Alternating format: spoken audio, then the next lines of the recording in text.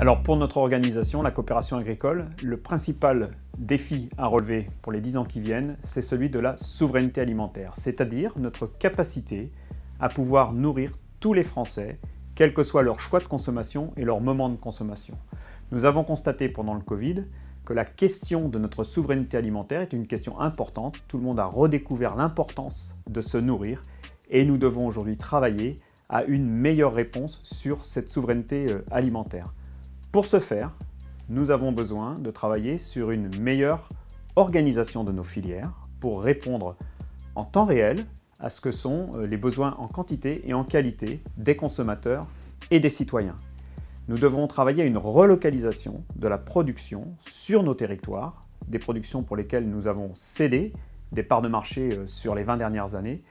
Nous devons le faire en plus en répondant aux transitions et aux grands défis de société qui sont devant nous, agroécologiques, climatiques, énergétiques, et nous devons le faire en faisant en sorte que nos métiers puissent aussi recruter. Nous avons aujourd'hui un déficit de recrutement de 40 000 emplois qui ne sont pas couverts dans nos entreprises agricoles et agroalimentaires. L'un des principaux freins que nous rencontrons aujourd'hui, c'est celui de l'acceptabilité, de la réalité de nos métiers, de nos activités par nos concitoyens.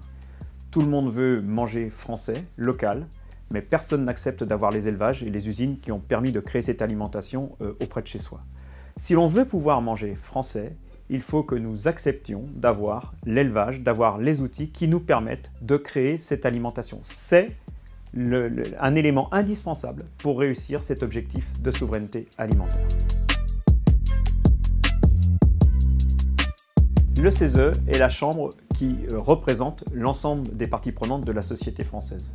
Pour nous, bâtisseurs solidaires d'une alimentation durable et de territoires vivants, il est évident que nous devons être représentés et porter nos problématiques au sein de ces instances qui doivent construire des débats, des dialogues pour faire en sorte que ce que sont la réalité de nos exploitations, la réalité de nos outils de transformation pour assurer cette souveraineté alimentaire de demain, cette alimentation pour nos concitoyens, fasse partie des débats et soit acceptée par la société.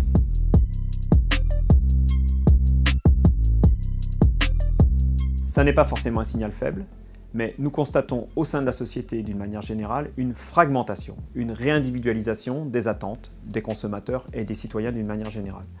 Nous le constatons également dans nos organisations aujourd'hui coopératives. Les demandes qu'expriment aujourd'hui les nouvelles générations sont très différentes de celles qu'exprimaient les générations il y a une trentaine d'années. Nous devons donc adapter nos outils collectifs pour faire en sorte qu'ils puissent répondre à ce que sont ces nouvelles attentes des adhérents. Et pour cela, nous devons les faire évoluer et nous devons aussi adapter notre gouvernance dans nos instances, tout en faisant en sorte que nous ne perdions pas ce qu'est l'essence de nos organisations, le collectif.